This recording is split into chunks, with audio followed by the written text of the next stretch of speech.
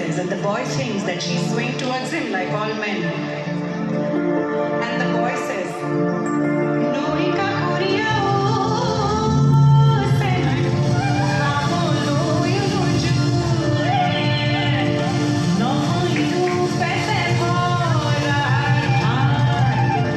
I'm a very small farmer on the banks of the river. I don't have enough to take you home. A sad story amidst the love story. Those who provide for us don't have enough at home. The love story blooms on the bank of the river.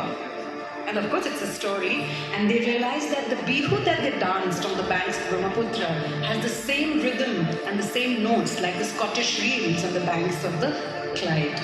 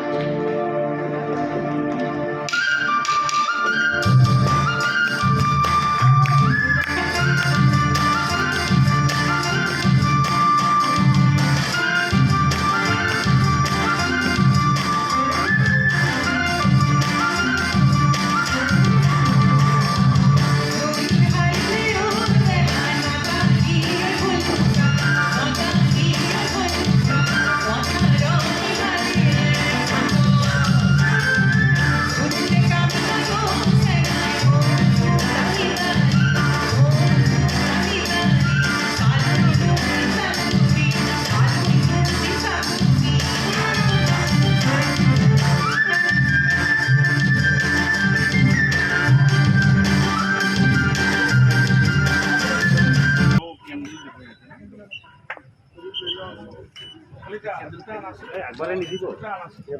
ইমান আগবাঢ়ি কিয় যাব লাগে পিছৰ পৰাতো দিব পাৰি না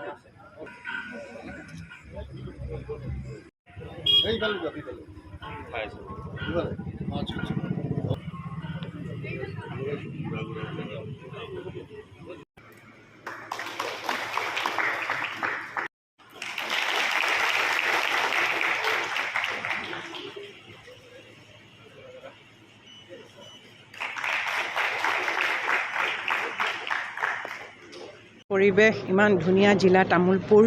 বৰ ৱণ্ডাৰফুল ডিষ্ট্ৰিক্ট আৰু আগতেই মই খুব হেঁপাহেৰে আহিছোঁ কাৰণ তামোলপুৰ নীতি আয়োগৰ পৰা এছপিৰেশ্যনেল ডিষ্ট্ৰিক্টৰ বঁটা পাইছে আৰু সোমাই মোৰ মনত পৰিলে ভূপেন দাৰ গান জোনা কৰে ৰাতি মই গায়ক নহয় কিন্তু এইটো গান গালোঁ আৰু মানুহখিনি ইমান ধুনীয়াকৈ অৰ্গেনাইজ কৰিছে ইমান ধুনীয়া এটা অডিটৰিয়াম মই এক্সপেক্ট কৰা নাছিলোঁ ইমান ধুনীয়া অডিটৰিয়াম ইমান ধুনীয়া চাউণ্ড ছিষ্টেম আৰু এইটোৱে আশা কৰোঁ যে ইয়াত বহুত দেখিছোঁ যুৱক যুৱতীও আহিছে অফিচাৰ্ছ আৰ্মি ব্ৰিগেডিয়াৰ এইটোৱে আশা কৰিছোঁ যে সংগীতৰ শিক্ষা যেন চবেই লয় সংগীতৰ শিক্ষা লোৱা এইটোৱেই নহয় যে সংগীতৰ শিক্ষা লৈ পেলাই খুব ডাঙৰ ষ্টাৰ বা কলাকাৰ হ'ব লাগিব কিন্তু সংগীতৰ শিক্ষাই মানুহক বহুত মনৰ শান্তি আৰু বহুতখিনি ভাল ভাল কথা শিকায় আৰু আজি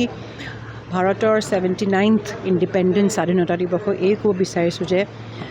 ভাৰতবৰ্ষৰ সকলো প্ৰান্ততে বেলেগ ভাষা বেলেগ সংস্কৃতি বেলেগ ৰিলিজন হ'ব পাৰে কিন্তু ইটছ ইউনিটি ইন ডাইভাৰ্চিটি আৰু সেইটো লৈ আমি অমৃতকালত আমাৰ যেনেকৈ আজাদী কা অমৃত মহোৎসৱ হৈ গ'ল ৭৫ বাৰ্ষিকা যেতিয়া স্বাধীনতা দিৱস আমি পালন কৰিলোঁ কলাকাৰ হিচাপে আমি বহুত জেগাত গৈ পেলাই সংগীত পৰিৱেশন কৰিছোঁ আমাৰ এইটোৱে আশা আৰু এইটোৱেই প্ৰচেষ্টা যে নেক্সট 25 years 25 বছৰটো যিটো ভাৰতৰ অমৃতকাল বুলি কোৱা হৈছে আৰু আমাৰ সকলোৱে প্ৰত্যেকখন জিলা প্ৰত্যেকখন ৰাজ্যৰ আৰু প্ৰত্যেকজন ভাৰতৰ নাগৰিকে এইটোৱে বিচাৰিছে যে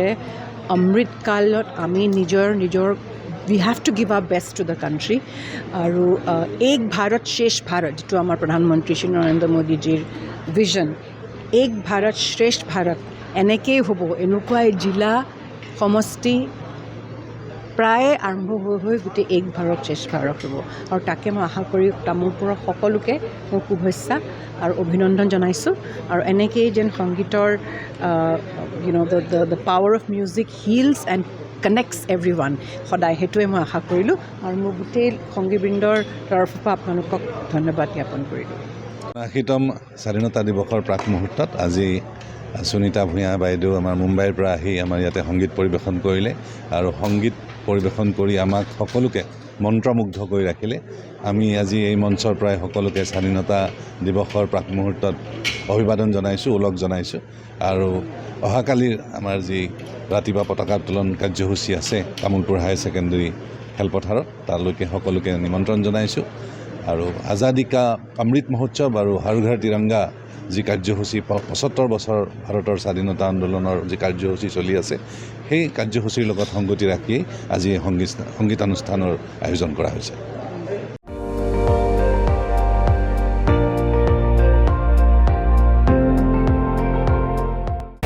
আপুনি চাই আছে ND24, সৰ্বশ্ৰেষ্ঠ নহয় সৰ্বোত্তমৰ দৌৰ।